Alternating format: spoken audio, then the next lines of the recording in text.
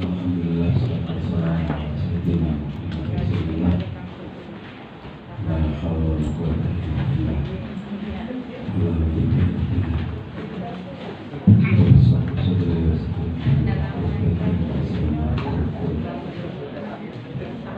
Saya Bapak Ibu serta majelis hadir,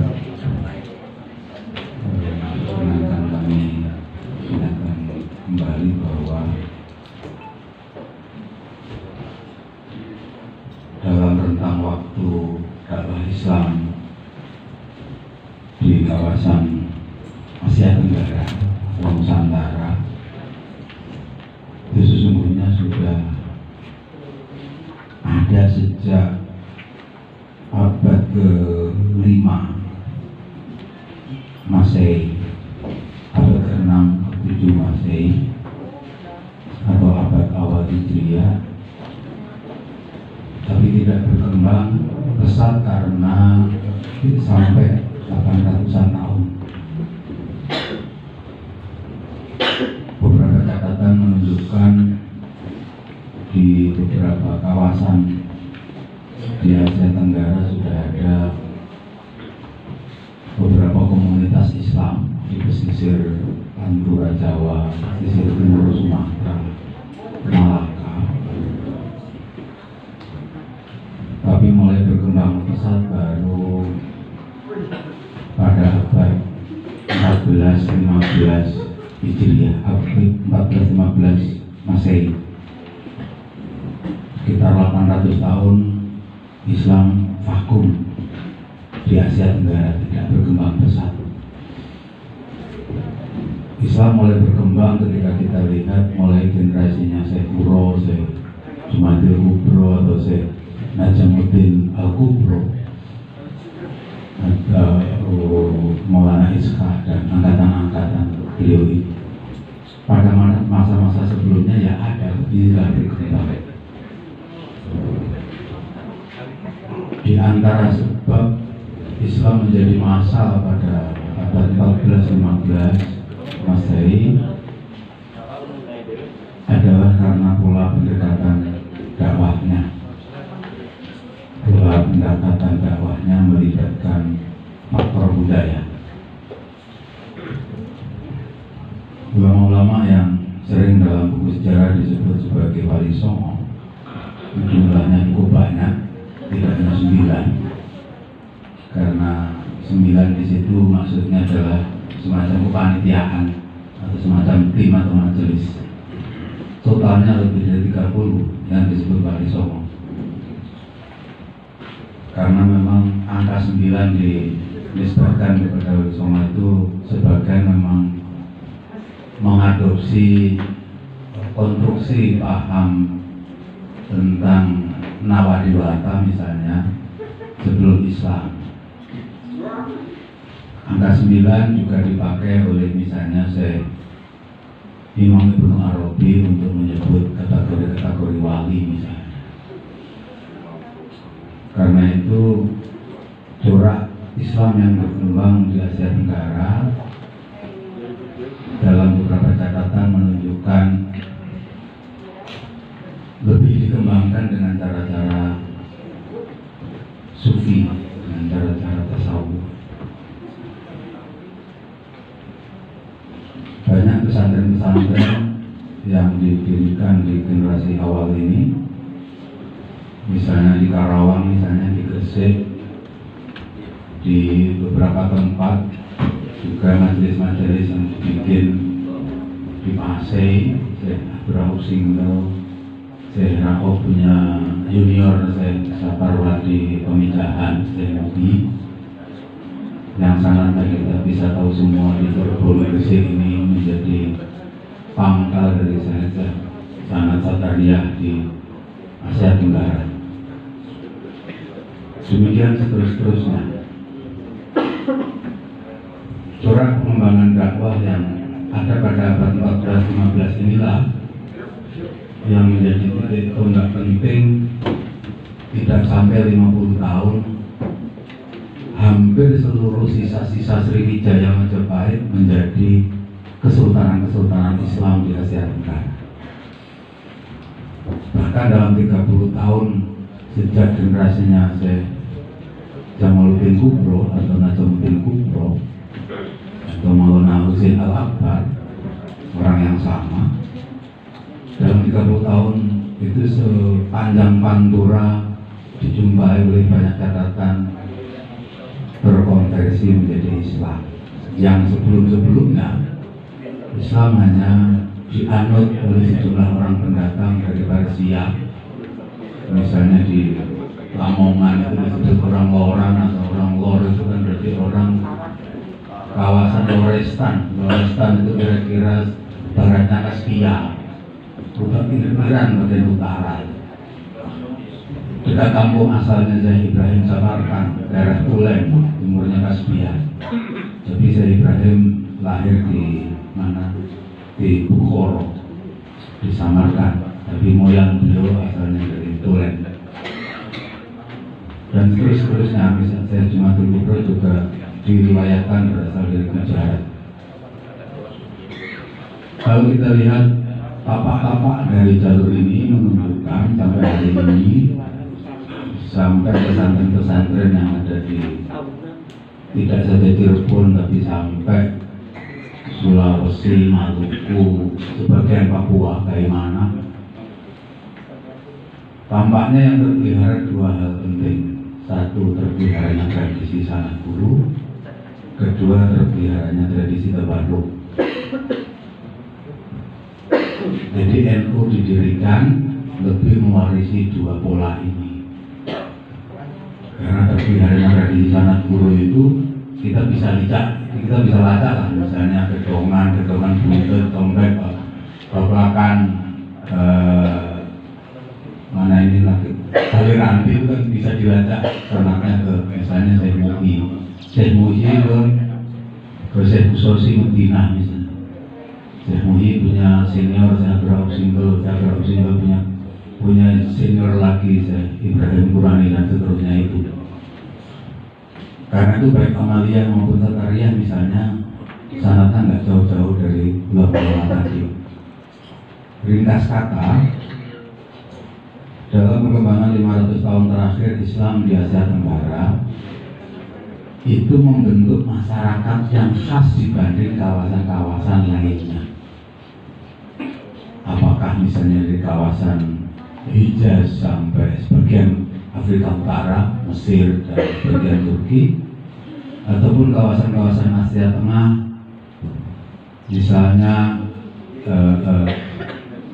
timurnya Laut Tengah sampai sekitar Mongolia dan Xinjiang, orang-orang Uighur, orang Proto-Turki, ataupun kawasan-kawasan yang ada di China maupun di India, baik sejak dinasti Abbasiyah maupun dinasti belakangan Safawiyah dan Mughul dan lain-lain.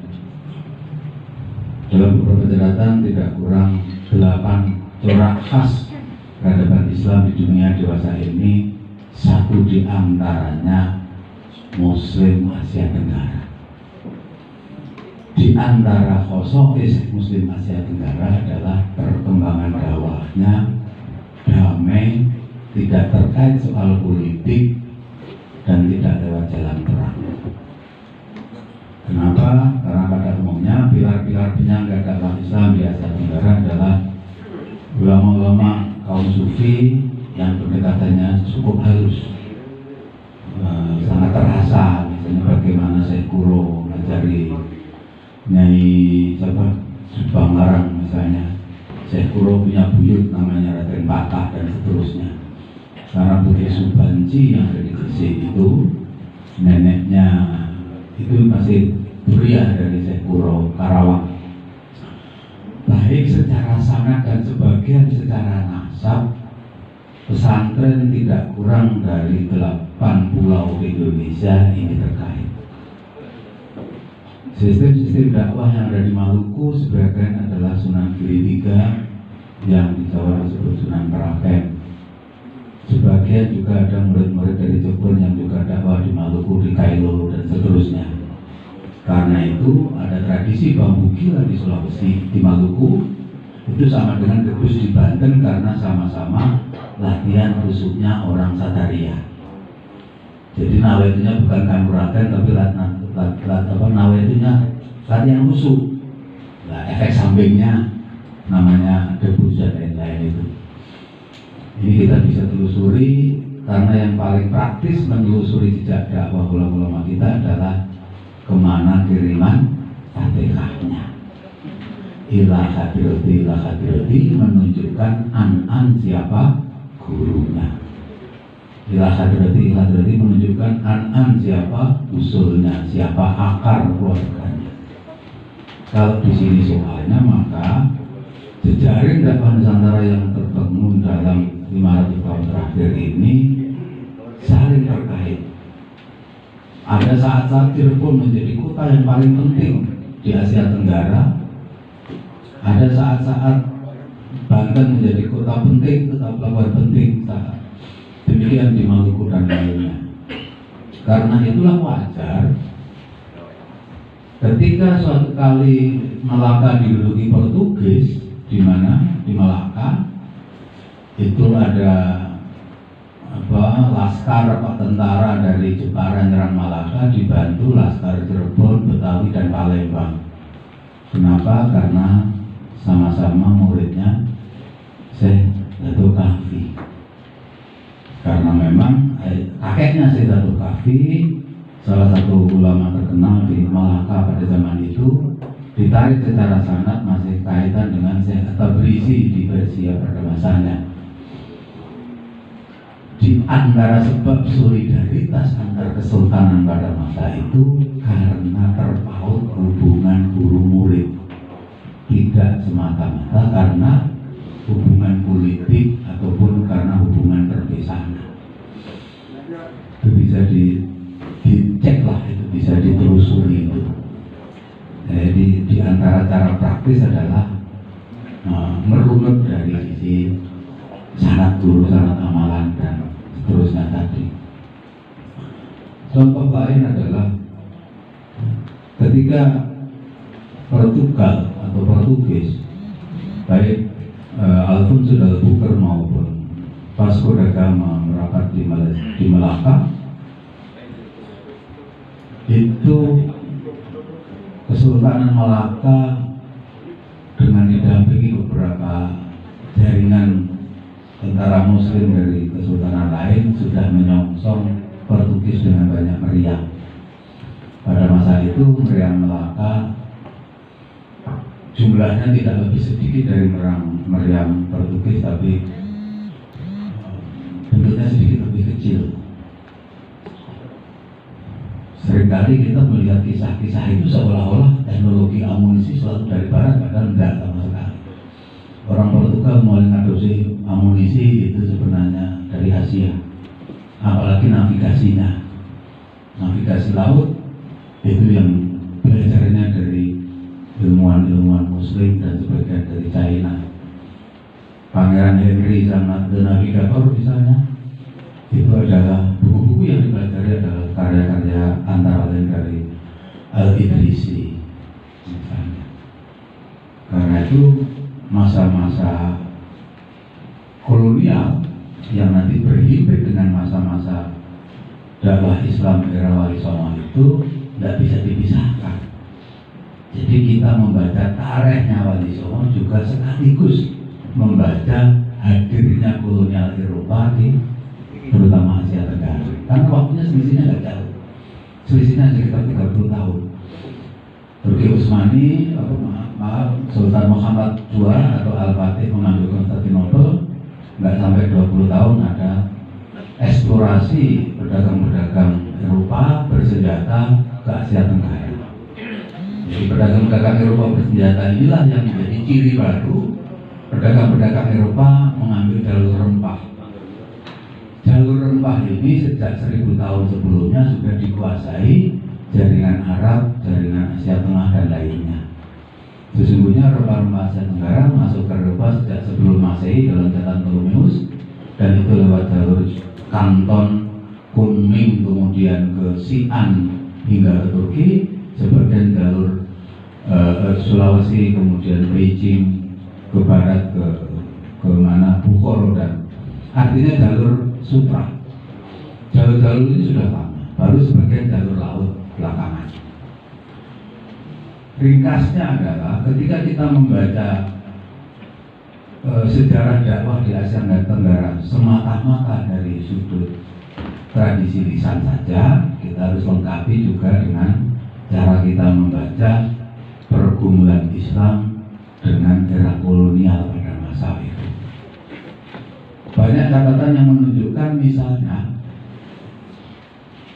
100 tahun terakhir 1830 sampai 1930 134 perang, di baliknya semua ada kaum Tarekat. Apalagi kalau dilacak sebelumnya lagi.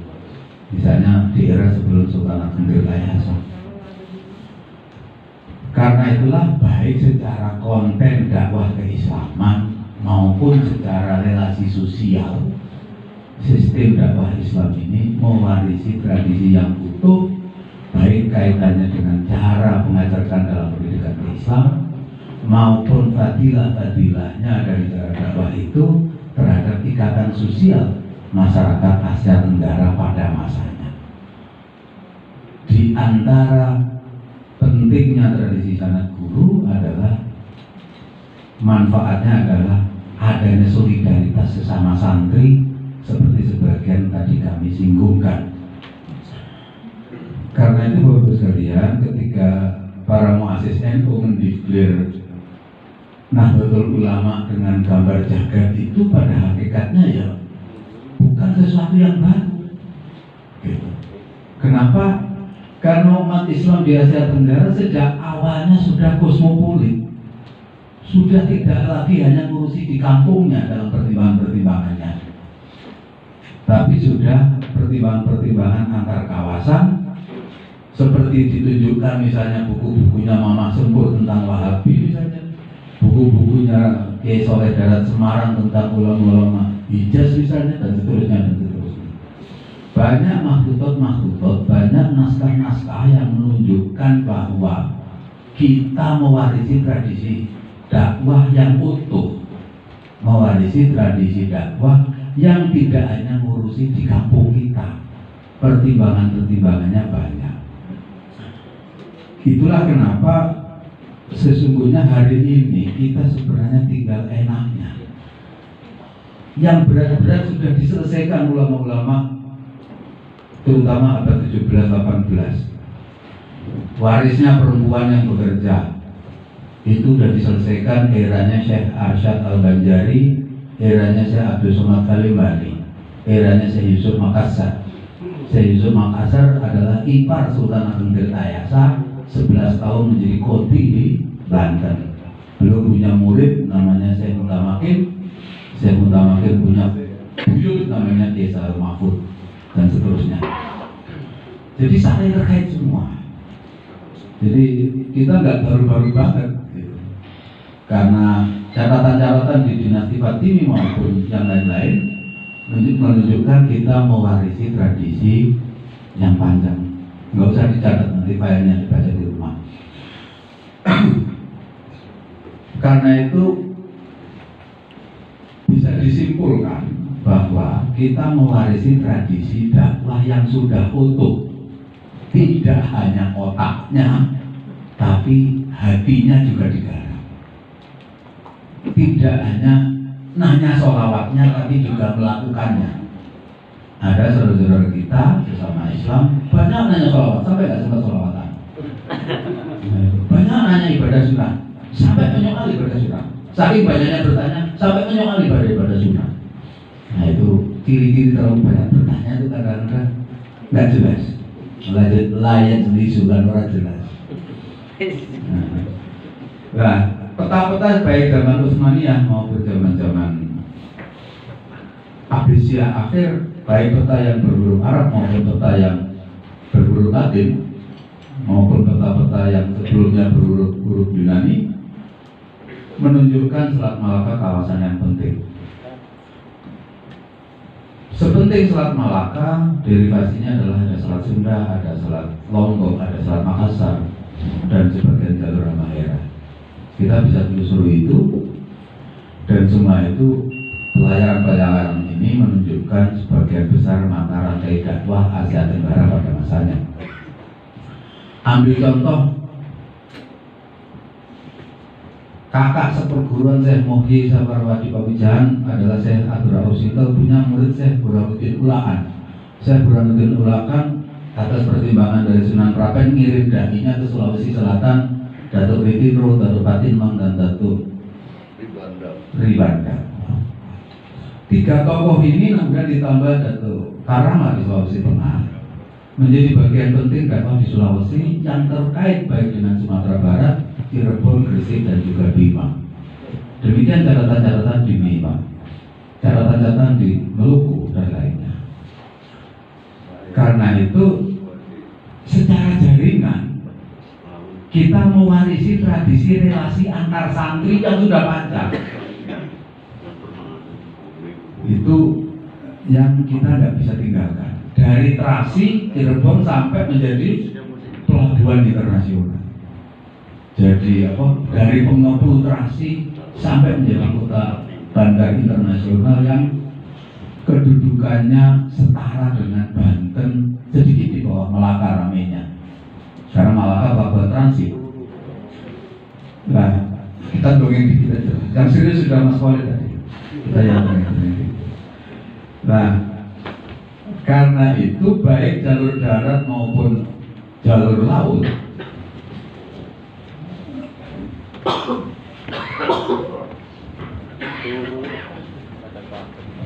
yang menyala.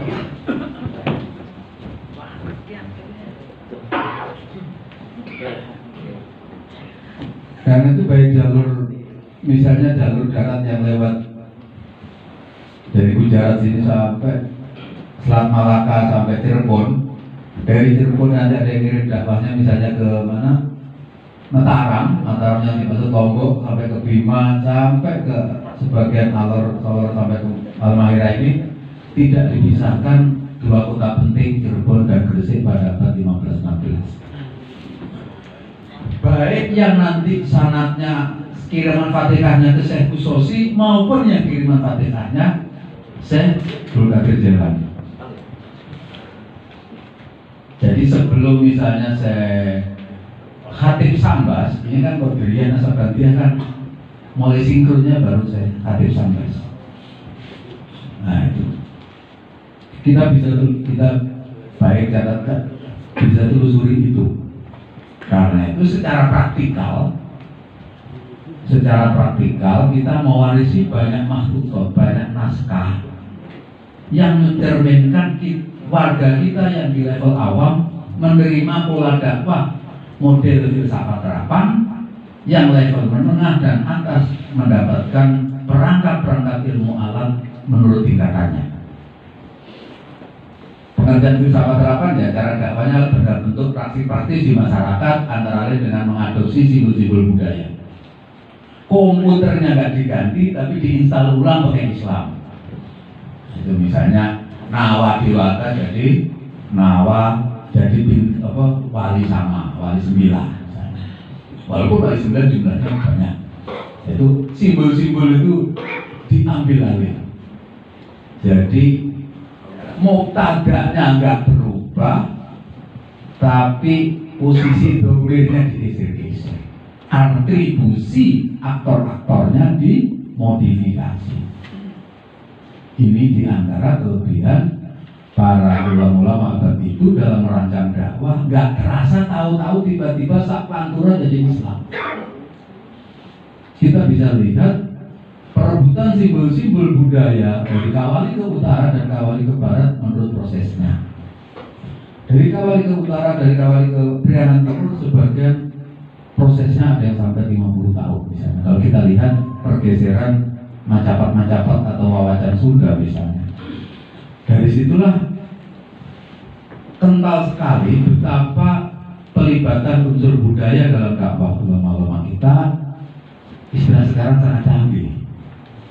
Istilahnya itu kalimatnya wani piro, tapi orang tahu kalau itu rokok, padahal nggak ngomong rokok. Itu kan jelas itu. Iklan-iklan itu kan langsung orang tahu sama COVID-nya, walaupun lafadznya nggak menyebut rokok. Nah, ini kan tidak lagi sekedar jurumiyah dan ibriti. Kalau di kampung saya namanya Umaryoto karena nggak pakai ikro. Jadi kita mau kita Umaryoto, baca ya nggak ada sarannya. Nah, karena itulah Bapak-Ibu sekalian, karena kita mewarisi tradisi yang panjang tadi, maka dakwah kita kemudian kita menerimanya sebagai tradisi. Gitu. Kata Pak Renat Kasali ahli komunikasi, belum ada yang bisa menandingi canggihnya pola strategi komunikasinya Wali Songo sebagai marketer, sebagai ahli marketing. Juga bedanya Alfamart sama Indomaret. Minimal sebagian ibu tahu lah kapan promonya hari apa walaupun yang dijual sama. Itu barangnya mirip tapi diferensiasinya masih tentara. Wali Songo dulu di dalam pola dakwah strategi marketingnya kata Pak Renat Kasali sangat canggih. Tidak terasa tahun-tahun orang jadi Islam. Kalau ikut Kapitayan namanya sanggar, kalau Islam namanya langgar. Kalau ikut Kapitayan namanya upawasa, kalau ikut Islam namanya puasa, dan seterusnya. Istilah-istilah digeser aja, tapi punya akibat perubahan teologi. Teologi yang tadinya yang tadinya poliandri, yang tadinya politeis menjadi monoteis. Karena dewa-dewanya Hindu bisa dikalahkan dengan Banda Ismaya, penjelmaan Semar. Semar ditokohkan menjadi tokoh baru, punya karakter yang berubah. Walhasil dewanya dewa itu bisa dikalahkan seorang sufi kelurahan Lampis Hitam namanya Ki Semar. Dalam sebagian naskah sudah disebut cepot. Jadi mengubah aktor di dalam karakter-karakter wayang punya akibat perubahan dari politeis menjadi monoteis. Demikian tadinya Drupadi itu adalah poliandri. Mohon maaf Ibu, Arjuna dilabeli poligami. Poliandrinya Drupadi tidak disebut-sebut dalam kisah Mahabharata pasca Wali Songo. Jadi punya akibat-akibat langsung pada reinstan. Karena itulah kita mewarisi tradisi pola dakwah yang halus, yang lain awam, lain ahli, tapi sama-sama bisa menerapkannya. Jadi nggak di kampung dikit-dikit bawa dalil itu enggak. Di kampung kita lihat cara kiai-kiai kita mengemas dalam dakwahnya, dan itu ternyata sejarahnya panjang. Ada saat-saat di antara para ahli berdebat sampai pendapatnya Imam Ibnu Arabi di dalam misalnya tentang sifat wujudnya Allah, baik dalam pandangan Imam Ghazali maupun di dalam pandangan Imam Ibnu Arabi. Kemudian dilakukan matrikulasi sebagian tercermin dalam model ajaran martabat 7. Matrikulasi pandangan-pandangan Imam Ghazali dan poin-poin Imam Ibnu Arabi diselesaikan dalam satu matrik oleh ulama-ulama angkatan Syekh Muhyi, Syekh Rauf Singkel. Syekh Rauf Singkel itu adalah keponakan dari Syekh Hamzah Mansuri. Syekh Rauf Singkel pernah minta kepada seniornya Syekh Ibrahim Qurani untuk membuat tulisan tentang amalan-amalan masyarakat Asia Tenggara. Kira-kira begini kata Syekh Rauf Singkel, senior, kampung saya banyak orang yang gagal paham ini tentang pandangan sifat wujud dia. Tolong buatin tulisan yang praktis dong. Maka adalah tulisan dari Syekh Ibrahim Qurani. Demikian ulama-ulama yang lainnya. Bahkan sampai warisnya perempuan tadi itu bisa diselesaikan di Sumatera Barat tanpa ada keributan kayak Aceh. Ulama-ulama di Sumatera Barat sebagian mengambil hujah yang dipakai Syekh Arsyad Al-Banjari dalam kitabnya Ihya Ulumuddin tentang mana yang memang harus setik dengan faraid dan mana yang bisa mengikuti jejak budaya. Ringkasnya, mohon kalau dikoreksi kalau ada yang dari Sumatera Barat. Di Sumatera Barat itu tradisinya matrilineal. tradisi perempuan warisnya. Nah, ada beberapa tokoh yang memang diikuti dalam jejak tradisi waris perempuan. Begitu Islam masuk di Sumatera Barat, terjadi diskusi tentang waris perempuan, mana yang harus pakai paroid, mana yang memang sebagai harta keluarga. Dicapailah kesepakatan harta yang didapat setelah dua pasangan ini menikah, maka dia yang nanti akan dijadikan paroid. Harta yang didapat sebelumnya disebut harta pusaka tinggi, menjadi pewarisan sistem keluarga perempuan. Sejak itulah di Sumatera Barat ada harta pusaka tinggi, ada harta pusaka rendah. Yaitu selalu ada solusi pada soal yang sensitif sekalipun. Inilah cara-cara pendekatan-pendekatan yang khas sebagaimana baik dituturkan Syed Naqib Al-Atas, Profesor Naqib Al-Atas dalam beberapa belas buku beliau. 7 buku beliau adalah bahas Islamisasi Asia Tenggara dengan jalur sufi. Demikian banyak buku lainnya. Terakhir bukunya Pak Agus Sunyoto itu misalnya Atlas Wali Songo. Sebelumnya ada Wan Muhammad Sabir dari Malaysia, disertasi beliau juga membahas tentang pengislaman Nusantara yang menggunakan jalur sufistik.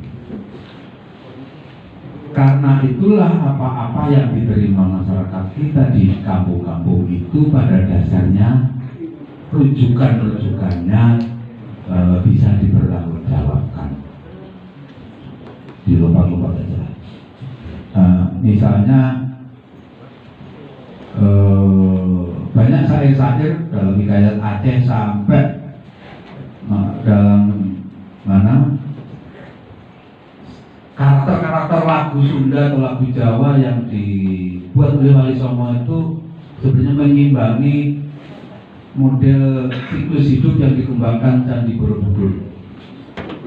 Kalau kita lihat dari bawah fondasinya Borobudur sampai puncak itu kan filosofi siklus hidup dan kehidupan orang Buddha. Wali Songo membuat imbangan itu dengan karakter-karakter lagu dari sejak dalam kandungan Mas Kumanggang sampai jadi muda, Sinom sampai mau meninggal namanya Mogadro sampai Pucung. Itu untuk mengimbangi filosofi yang dibuat Borobudur itu. Jadi bangunan yang sebesar itu bisa diimbangi dengan membuat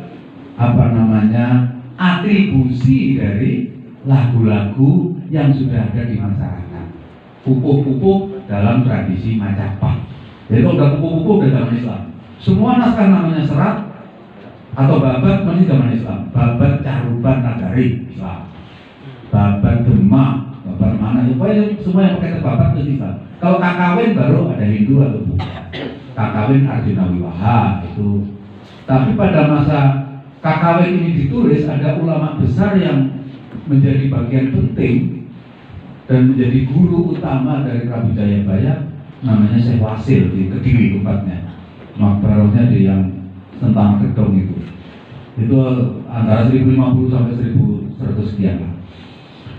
Itu bisa dicek di tahun-tahunnya, tapi di di reliefnya itu kayaknya di Palu orang menurut catatan timnya Raffles itu. Kayaknya ada yang sengaja mengubah bagian tahunnya, tapi bagian yang ada sholawatnya nggak dihapus. Jadi kayaknya dimartil itu rusaknya.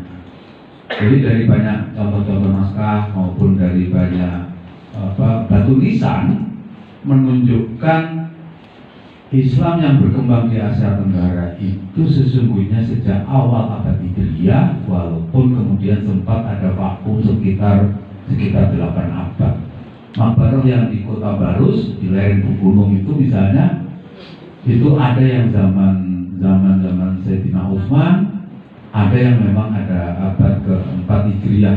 Jadi selisih beberapa. Demikian sebagian usianya sama dengan makam-makam yang ada di Cina Selatan, yang waktu itu wilayahnya masih wilayah Campak. Nah, dari banyak contoh-contoh artefak itulah Bapak-Ibu sekalian menunjukkan sistem dakwah kita sejak dari etikot, sejak dari ideologi sampai kepada yang praktis menunjukkan kita mewarisi sistem yang komplit, baik yang diidealkan, relasi sosial yang dibentuk dari sistem dakwah itu, maupun bentuk-bentuk praktis cerminan tradisinya, semuanya saling terkait. Gampangannya, mulai dari cara selametannya, hubungan guru murid dan antar jaringannya, sampai kepada model tawasulnya mencerminkan terpeliharanya dua tradisi penting, yakni tradisi sanad guru dan terpeliharanya tradisi tabarruk. Terpeliharanya dua tradisi inilah yang membuat Islam di Asia Tenggara punya corak yang khas, baik di Patani, baik di Cirebon, baik di Filipina Selatan maupun yang lainnya. Kalau kemudian di Filipina Selatan ada kronik-kronik itu, rata-rata terjadinya sudah pasca kolonial yang di Filipina Selatan, dan itu sebagian terkait dengan politik-politik negara adidaya di Asia Tenggara. Itu kalau kasus Filipina Selatan. Demikian kasus di Patani itu juga sebagian ribut-ributnya sudah soal politik, nggak ada kaitannya dengan sistem dakwah yang ada di Patani pada masanya.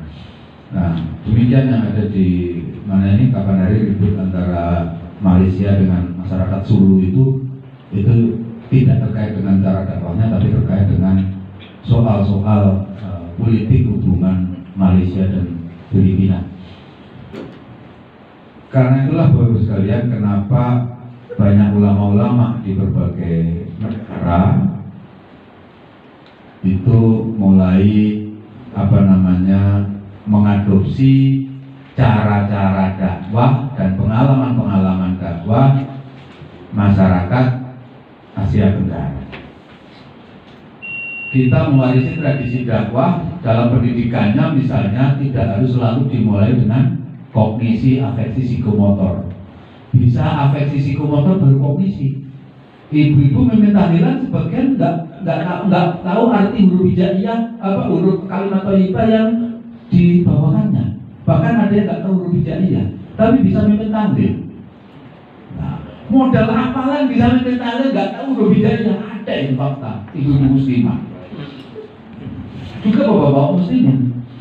Jadi kita bisa tidak selalu kognisi dulu, bisa afeksi psikomotor. Nyatanya bisa. Artinya sebagian epistemologi barat itu kita bisa patahkan. Tidak mesti orang bisa melakukan itu harus kognisi dulu yang dimasuki asupan. Nyatanya banyak orang-orang mak-mak yang ikut Wali Songonan itu sebagian nggak tahu huruf hijaiyah, Pak. Ada ibu-ibu namanya Bu Mumu, jadi TKI di Hong Kong. Seminggu sekali bawa 25 bus ziarah di makbarah sahabat, rombongannya sahabat Sa'ad bin Abi Waqqas. Sa'ad bin Abi Waqqas suatu kali pernah ngantar Sayyidah Ruqayyah ke kampung mamanya. Nah, di antara ahli sejarah berbeda pendapat apakah makbarah sahabat Abi Waqqas itu di Guangzhou atau di tempat lain. Tapi memang sahabat Abi Waqqas dua kali ke dinasti Tang, pertama diutus Rasulullah, kedua diutus Sayyidina Utsman. Jadi sebelum dan setelah Badar hitungannya. Nah, tapi rombongannya jelas ada yang ditinggal di situ dan makbarahnya di situ, itu nggak berbeda pendapat di antara. Tapi soal beliaunya sendiri ada yang berbeda pendapat. Tapi menunjukkan bahwa ada makam-makam Muslim di Cina, di Guangzhou. Guangzhou itu kira-kira 7 jam dari Makau atau Hong Kong ke selatan, ke selatan barat. Perbatasannya udah kepada kaki udah India. Itu kalau dicek di peta. Nah, kawasannya nggak jauh dari Kunming itu Guangzhou. Nah, sebagian pola-pola pengajaran utawi ikunya orang Indonesia itu dengan situ sama, cuma pakai bahasa situ. Jadi pola pengajaran Muqtada Khobar itu tidak hanya di pesantren Cirebon atau Lirboyo, di Xinjiang pun ada begituan, di Persia pun ada, cuma pakai bahasa setempat. Ya kalau di sini di Priangan disebut Ngalogat. Nah, jadi tidak harus pendidikan itu kognisi dulu dari afeksi psikomotor. Tradisi dakwah kita menunjukkan Ada yang kognisinya sambil jalan tapi sudah afeksi psikomotor. Itu fakta. Banyak filsafat pendidikan itu yang kemudian perlu ditinjau ulang terkait contoh tadi.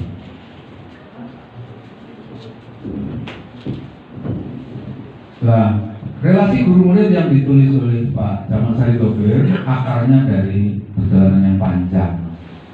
Belakangan Pak Profesor Fadzlur Rahman asal Sudan, kemudian tinggal di Amerika belakangan, tempatnya di Al-Azhar, itu juga mengembangkan penelusuran yang lebih jauh dari Pak Jamal Sari Tobir. Satu di antaranya adalah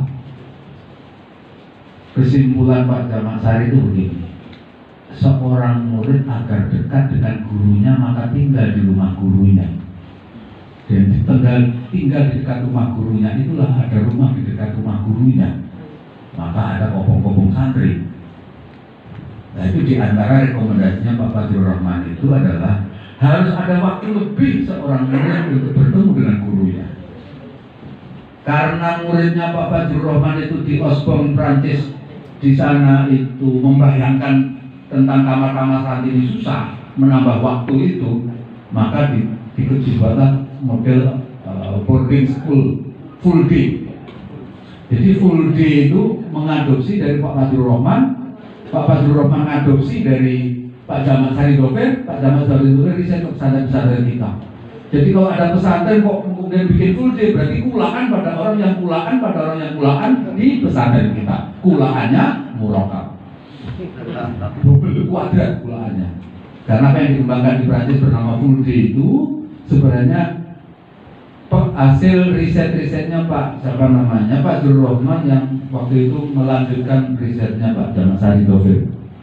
Nah, karena itu banyak karya-karya dalam filsafat pendidikan yang dikembangkan dari pesantren mulai diadopsi di berbagai negara, termasuk yang kemudian dikenal dengan tradisi pendidikan full day, tradisi boarding school Eropa itu sebagian juga mengadopsi dari pesantren-pesantren kita, lebih-lebih filsafat pendidikannya.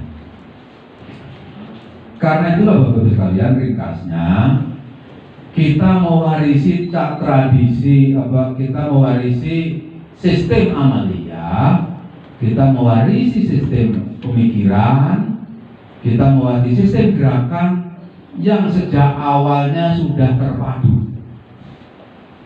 Fikroh Nahdiyah, amaliyah Nahdiyah, harokah Nahdiyah sudah terpadu. Itu ringkasnya begitu. Nah, karena itu NU ini bukan sekedar perkumpulan biasa, tapi dia sebuah nidom. Nidom apa? Nidom untuk dakwah Islam itu sendiri, baik dalam pemikirannya, baik dalam gerakannya maupun dalam amaliyah-amaliyahnya. Karena itu moderatnya Nahdlatul Ulama itu bukan dikembangkan dari filsafat pluralismenya Barat, bukan. Moderatnya Nahdlatul Ulama bagian tak terpisah dari model perbandingan mazhab yang kita anut. Karena itu tolerannya Nahdlatul Ulama mabniyatun ala tawasutiyahnya. Karena kita tawasut maka kita toleran. Karena nggak mungkin orang toleran tanpa tawasut, nggak mungkin, mesti dibuat-buat. Ya, tawasut itu mesti tahu perbandingannya. Jadi kalau moderat itu mesti yang mayoritas. Kalau ekstrem itu mesti minoritas. Nggak ada ekstrem yang mayoritas. Karena kalau dalam tradisi statistika itu pada umumnya adalah yang normal, kecuali yang tidak normal. Pada umumnya moderat, kecuali yang tidak moderat. Nah, jadi bigoiri ekstrem itu adalah bigoiri tawasud. Jadi tatoruf itu mesti sedikit. Tatoruf itu mesti sedikit. Karena itu tidak benar anggapan kalau tawasud itu, moderat itu tidak punya prinsip. Justru itu prinsip yang paling penting. Dalam tradisi ilmu hitung ada disebut kurva normalitas. Di luar yang normal namanya goiru normal. Ada abnormal, ada subnormal. Abnormal itu setengah normal, subnormal nama baru makan. Gitu kan? Jakarta ada warung misalnya subnormal. Di sini apa lagi? Nah. Jadi firqah najiyah dimaknani Salatul A'dham itu adalah karena yang mayoritas itulah yang mencerminkan moderat. Gitu. Pada umumnya orang moderat kecuali yang tidak moderat. Jadi kalau disebut moderat yang penting kalau disebut Salatul A'dham ya pada umumnya. Pada umumnya orang tidak ekstrim kecuali yang ekstrim.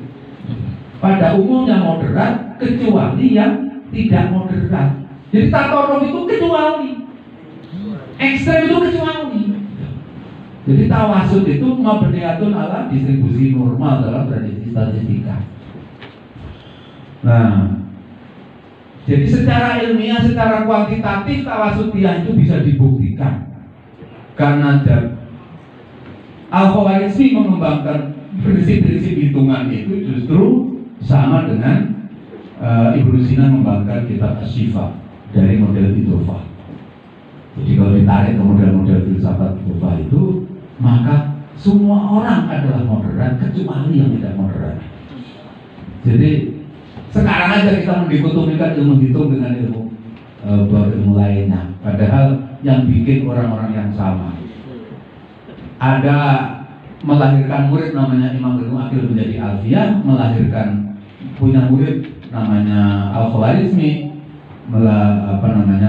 menjadi Al-Jabar. Jadi Al-Jabar itu pengembangan idhofah menjadi tradisi penghitung kuantitatif, sementara Alfiyah dan anak-anaknya Imriti dan Jurumiyah adalah tradisi berdialektika secara kualitatif, tapi sama model relationship, model hubungan-hubungan.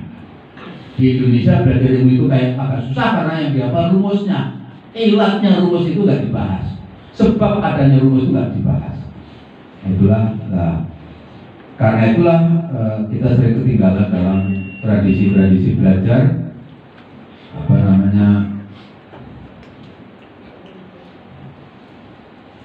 relasi konflik. Belakangan ini dalam 30 tahun terakhir ada situasi-situasi yang bergeser. Kawasan-kawasan yang tadinya tentram menjadi ribut lagi, walaupun memang sebelumnya juga pernah. Kawasan-kawasan di Saudi, sekitar Saudi itu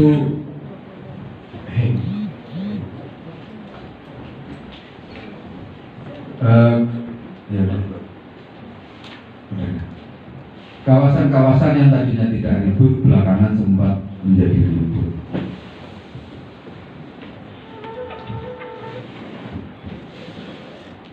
Volumenya agak lapar. Udah.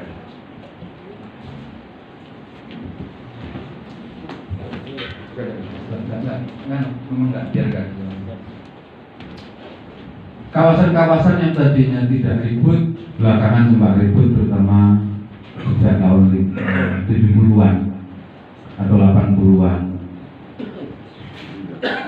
Baik di Afghanistan misalnya, pasca didominasi Rusia, didominasi Amerika, transisinya bikin ribut sampai di kawasan Asia Barat dan Barat Daya.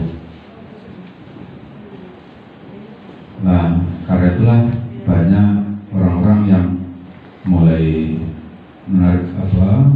mengkalkulasi kembali pentingnya tawasudiyah dari pengalaman Nahdlatul Ulama. Ada tokoh di Afghanistan namanya Pak Qolamuddin. Ketika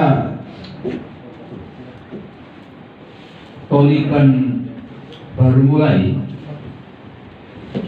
Pak Qolamuddin itu menjadi orlaknya remaja masjid yang berorganisasi. Ketika Taliban berkuasa, beliau menjadi salah satu menteri dari penguasa Taliban, menjadi menteri Amar Ma'ruf Nahi Munkar. Nama kementeriannya Amar Ma'ruf Nahi Munkar. Nah, itu kalau orang nggak sesuai syariah dihukum 14 hari. Tinggalnya kurang panjang, nggak pakai penutup wajah, kalau ibu-ibu dihukum 14 hari. Datang ke Indonesia, nangis Pak Kolamuddin. Padahal di Afghanistan ulama salah satu tokoh paling disegani itu Pak Kolamuddin. Kenapa beliau nangis? Dia datang ke pesantren kita karena disambut oleh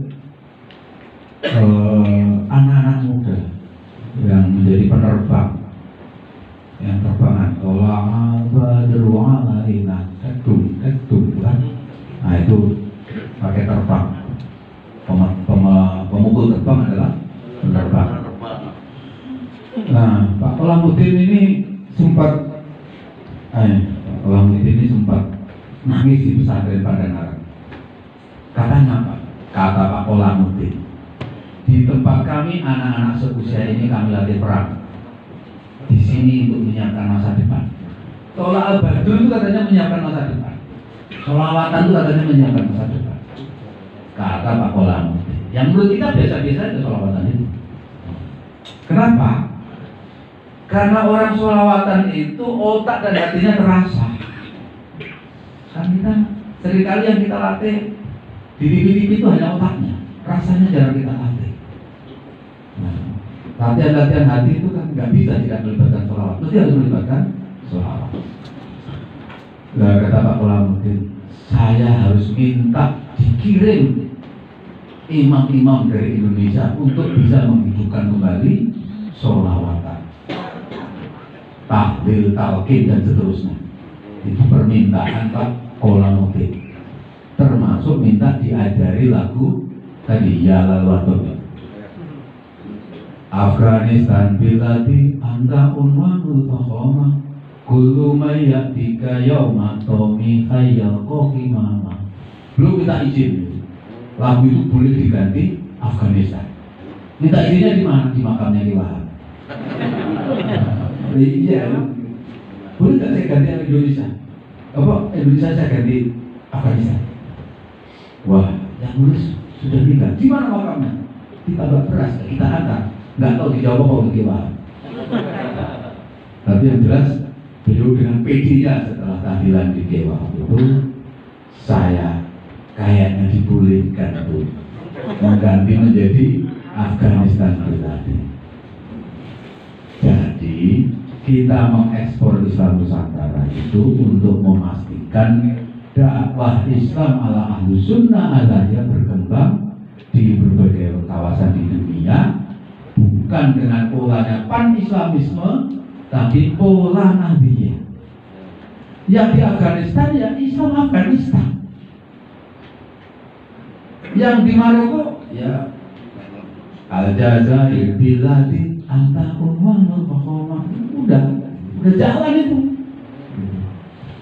Itu sejak awal produk saya Tahlil Sirat, sejak akhir produk Hasyim Muzadi, permintaan itu.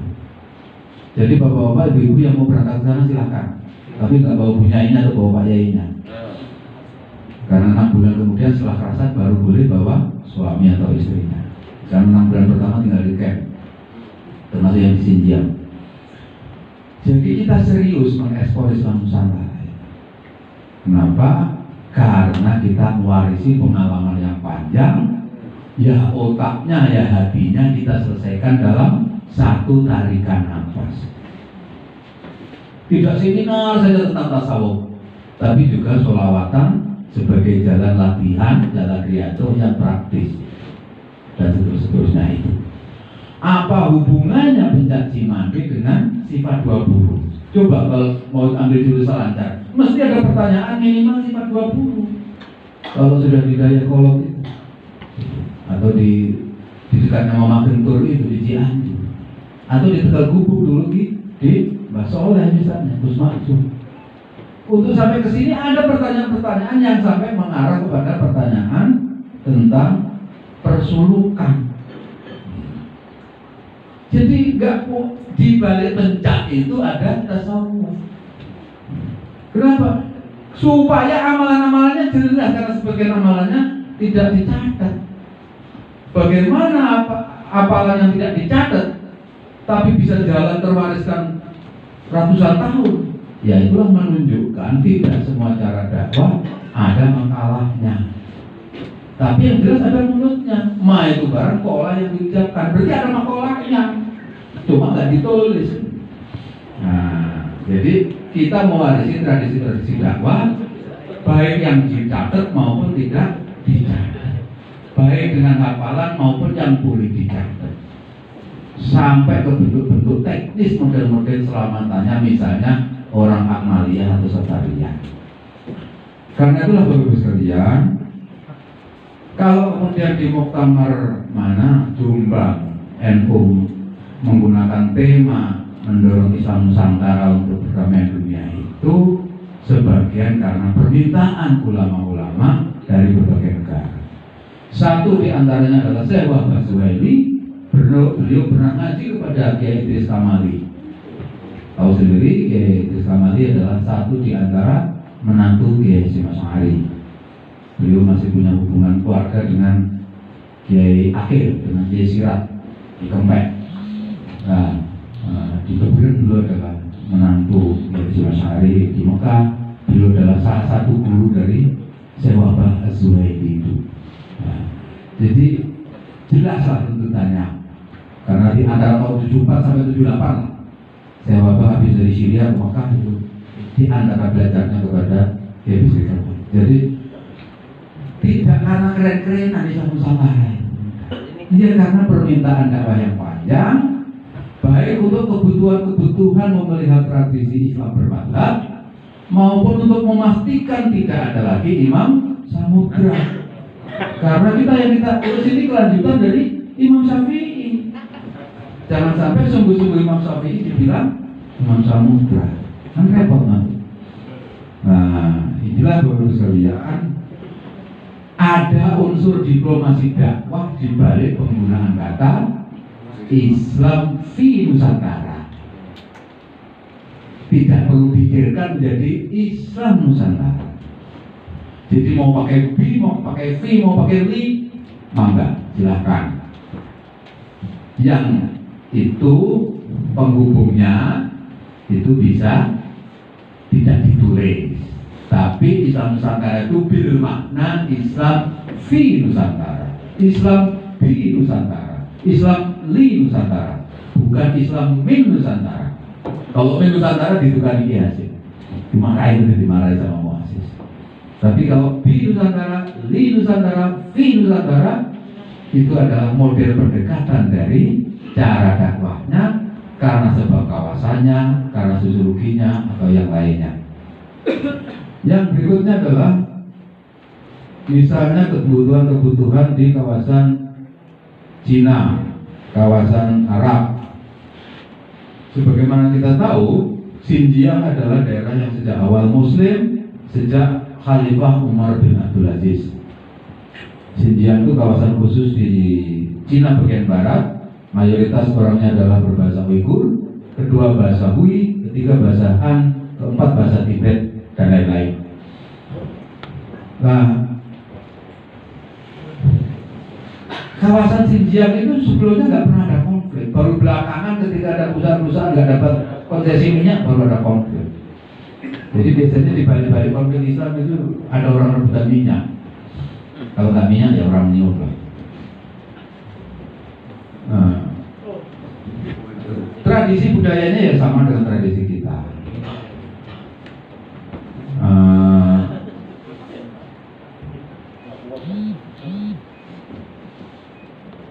Ada yang matanya sipit, ada yang matanya belum, ada yang hidungnya kayak Turki, ada yang macam-macam. Ada belasan masjid renovasinya atas asesmen dari PBNU. Jadi banyak masjid-masjid di sana yang pengajiannya model menggunakan Utawi itu renovasi dan pengembangannya PBNU ikut mendampingi. Demikian di Saudi Arabia. Di Saudi Arabia ini 4 tahun terakhir itu ada National Kingdom Day, hari ulang tahun raja. Artinya masa rajanya di ulang tahun Nabi Ka'bah, Artinya 4 tahun juga sudah ada Maulid Nabi di Saudi Arabia. Kan boleh berarti di ulang tahun Nabi kakak. Jadi nggak perlu dihebohkan dengan gosip-gosip bahwa di Saudi nggak ada Maulid. Sudah ada 4 tahun terakhir. Itu kata ini karena yang berpendapat itu di antara mufti senior kekodian Arab Saudi, Saudi Arabia. Apa yang dihadapi oleh kemuftian Saudi Arabia, satu di antaranya adalah ancaman liberalisasi. Remaja-remaja Saudi berpotensi menjadi liberal. Tadinya dipingit, begitu keluar nonton film Misbah, kan bisa kacau. Jadi tadinya nggak boleh keluar, begitu keluar konvoinya ngalah-ngalahi bonek Surabaya. Iya, nggak percaya, ini serius sih. Wajahnya dicoret-coret. Nah, ini asli, nggak foto buatan. Jadi jangan heran kalau di Saudi di acara tertentu hari ini ada remaja putih nggak pakai kerudung di jalan-jalan. Tuh, mulai ada. Potensi menjadi liberal inilah yang merisaukan sepuh-sepuhnya Saudi Arabia, terutama di kalangan para masyayiknya. Karena itulah mau nggak mau Saudi harus kembali ke jalan moderat sebagaimana sudah berlangsung lama pada masa sebelum Ibnu Saud bin Abdul Aziz pendiri Saudi Arabia. Jadi mau nggak mau Saudi harus meninggalkan Wahabi. Kalau enggak, pilihannya hanya dua. Bisa menjadi sangat liberal,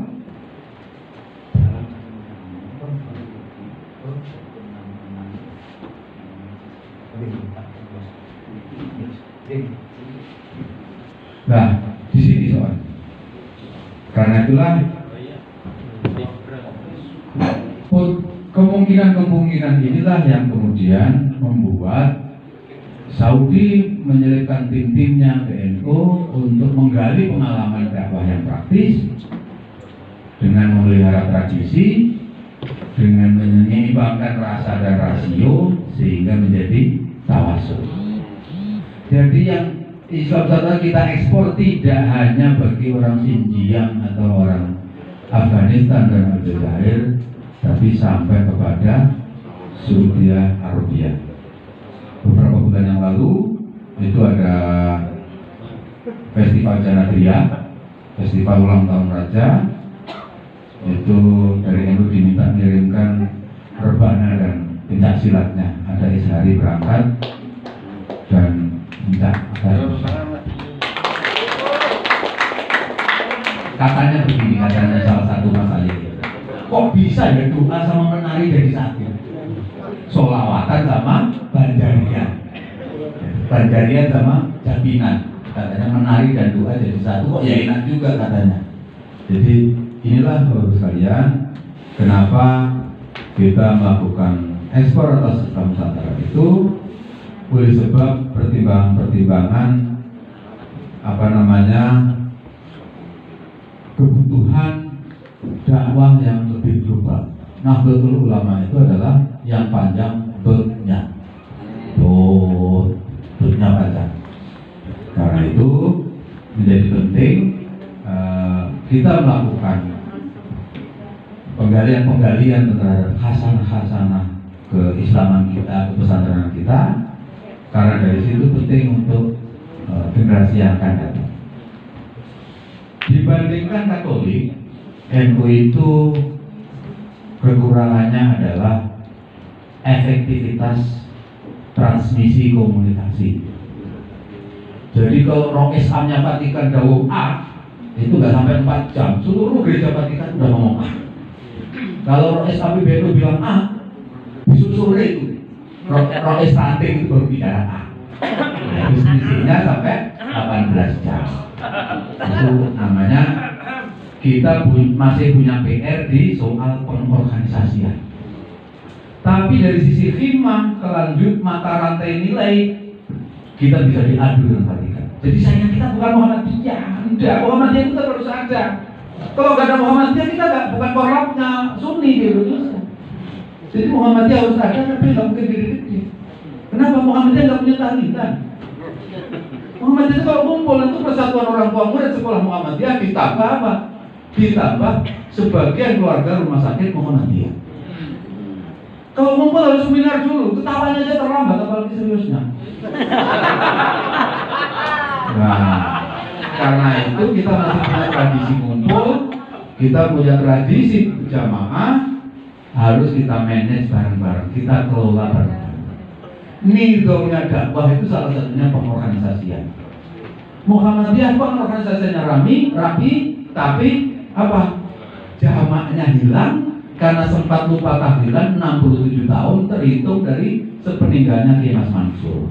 Padahal dulu takjil Muhammadiyah itu sama dengan hasil Batu Masail Nahdlatul Ulama. Putusan takjil Muhammadiyah tahun 24 sama dengan hasil takjil Muhammadiyah NU di tahun 30-an. Tapi sempat lupa tahlilan Muhammadiyah itu 60 tahun lebih. Karena itu sempat kehilangan anggota. Yang ada adalah relasi sekolah-sekolah Muhammadiyah dan rumah sakitnya. Tapi ambulannya paling banyak, rumah sakitnya paling banyak, sekolahnya paling banyak, paling rapi gitu. Jadi jangan sampai kita tiap hari ngurusi NU mati masuk Muhammadiyah karena ambulannya numpang di ambulan Muhammadiyah. Enggak enak, tiap hari ngurusi NU. Begitu tinggal habis najak dikafani, kita nggak punya MBC, kita nggak punya ambulan karena ambulannya binti Muhammadiyah. Kan malu, malaikat Jibril kan NU bukan NU Pak, tadi Pak apa? Malaikat nanya NU Muhammadiyah. Nggak enak kalau ditanya malaikat kita jenazahnya nebeng ambulan Muhammadiyah. Jadi penting kita punya ambulan Muhammadiyah. Kalau punya ambulan jangan sampai bersepiker Muhammadiyah. Jadi NU itu dari itikad sampai ambulannya. Tentu kita punya ambulan gambar jagat agar kalau ditanya kita pede. Naik apa tadi? Ambulan mereka. Ambulan siapa? Ya ambulan NU lah, bukan Muhammadiyah. Kalau Muhammadiyah kan nanti Muhammadino. Ambulan Muhammadiyah penumpangnya NU kan nggak lucu. Nah, jadi saingan kita bukan Muhammadiyah. Saingan kita dari segi organisasi itu tinggal matikan. Ini beneran. Jadi kalau General Elect 30 indikator manajemen itu, urutan pertama multinasional corporate, urutan kedua negara-negara adidaya, urutan ketiga negara-negara tertentu, kemudian kayak Vatikan NU, baru negara lain-lain. Negara lain-lain itu yang negara yang aneh-aneh itu ya. Kalau dibimbing cuma udah tepuk tangan. Kita masih urutan ketiga. Jadi kategori non-state itu tinggal NU Muhammadiyah. Yang lainnya udah hancur. Kurang apa di Afghanistan? 100% Islam, fakihnya Hanafi, tarikatnya Nasabandi, habis Jumatan perang pakai basoka. Kenapa? Karena nggak punya ukhuwah Wahhabiyah. Karena ukhuwah Islamnya pun mereka baru adopsi dari NU. Catatan-catatan inilah Bapak sekalian menjadi penting bahwa Cirebon adalah daerah penting dan harus kita buat menjadi penting kembali. Cirebon, bahwa Cirebon kedudukannya pernah lebih penting dari Sunda Kelapa, pernah lebih ramai dari Tanjung Perak dan Tanjung Emas. Nah, dari mana kita mulainya? Dari khasanah budaya Islam kita. Mulai dari kulinernya, mulai dari acara-acara tradisi yang berbasis dakwahnya, sampai event-event yang memungkinkan orang berwisata berreligi, tidak hanya di Gunung Sumbung dan Makbaro Sunan Gunung Jati, tapi juga di banyak situs mulai Baku sampai banyak pesantren-pesantren tua yang ada di Cirebon ini. Orang tahu Tokyo karena pelabuhannya, orang tahu Kyoto karena Puri Nobunaga Oda. Orang tahu Cirebon karena makbaro penting, karena pesantren-pesantren tuanya dan juga para usul-usulnya. Di titik inilah kita menempatkan Hasanah Islam Nusantara itu bagian tidak semata-mata bagi kebutuhan dakwah, tapi juga bagi pengembangan daerah. Kira-kira ini catatannya. Kalau ada yang mau diklarifikasi silakan. karena sebentar lagi nanti Kiai Mustafa Adil akan ke forum ini.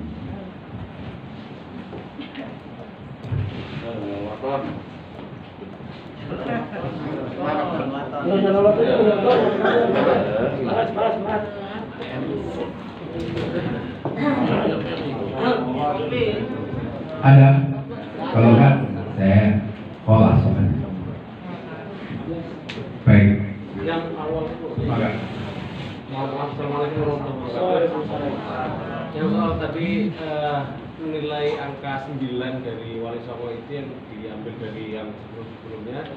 Tapi apakah ada hubungannya juga dengan perhitungan abjadun yang nilai ja dan wa, ja-nya itu 3, wa-nya 6, kalau 3 ditambah 6 sama dengan 9. Ya banyak. Silakan datang ke Kepek atau ke Butet kalau itu, atau ke Balai Rantai. Ya, jadi harus dicatat bahwa kakeknya Syekh Abdul Jalil itu menjadi simbol banyak ulama di Malaysia sampai Thailand. Kakeknya Syekh Siti Jenar juga dari Sedatul Kabir. Itu ulama pada zaman itu termasuk hitung-hitungan tadi itu bisa imbang dengan hitung-hitungan lain, baik dari Papuanya Tiongkok maupun hitung-hitungan di kawasan Persia dan Hindustan. Itulah kenapa sejak Wali Songo seluruh kalender-kalender apakah Sunda, Jawa atau Nusa Tenggara sudah terjadi Islamisasi, walaupun sebagian istilahnya nggak berubah, termasuk soal itu. Karena memang apakah huruf Jawa, huruf Kaganga, Sulawesi, kemudian huruf Rejang dan huruf Rencong Aceh dan Bengkulu itu masih kategori Ibrahimic Foundation, masih kategori huruf Ibrahim. Huruf zaman Nabi Ibrahim itu melahirkan huruf Ibrani macam-macam itu Suryani, sebagian yang dipakai wafak, karena sebagian yang dipakai wafak itu tidak huruf Arab tapi huruf Proto Arab sebelum huruf Arab yang zaman itu yang apa? Sebagian nama-nama itu sebenarnya sebagian kalimat-kalimat itu zaman-zaman itu. Nah, kalau hitung yang soal angka 9, sebagian tarikannya ke situ. Jadi baik di Persia, tidak hanya di Jawa, sebagian angka 9 itu sebenarnya sebelum hidup Buddha juga, maupun di Asia Tenggara. Jadi kalau kemudian ulama Wali Songo menggunakan angka 9 sebagai simbol, itu bukan karena diwarisi hidup Buddha, enggak. Karena di Persia sudah ada tradisi termasuk kategorisasi dari banyak ulama tentang kategori kewalian. Yang ada wali am, wali khatam macam-macam itu. Wali abdal itu kan 9 kali Imam Arabi itu. Nah itu contoh penggunaan angka 9 tidak hanya di kawasan Asia Tenggara tapi di tempat lain juga. Masih ada lagi silakan.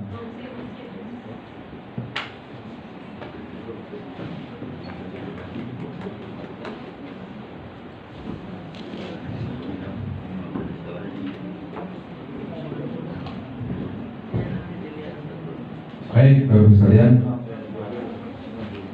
habis ini ada satu rotis Mukarram saya ke Mustafa Adil Sirat akan memberikan tausiah.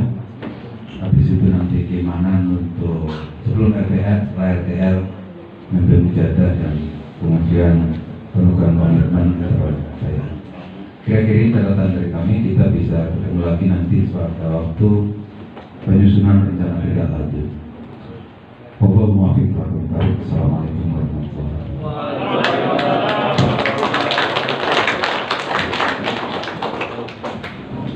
Semangat. Ya, jangan letak. Jangan letak. Semangat.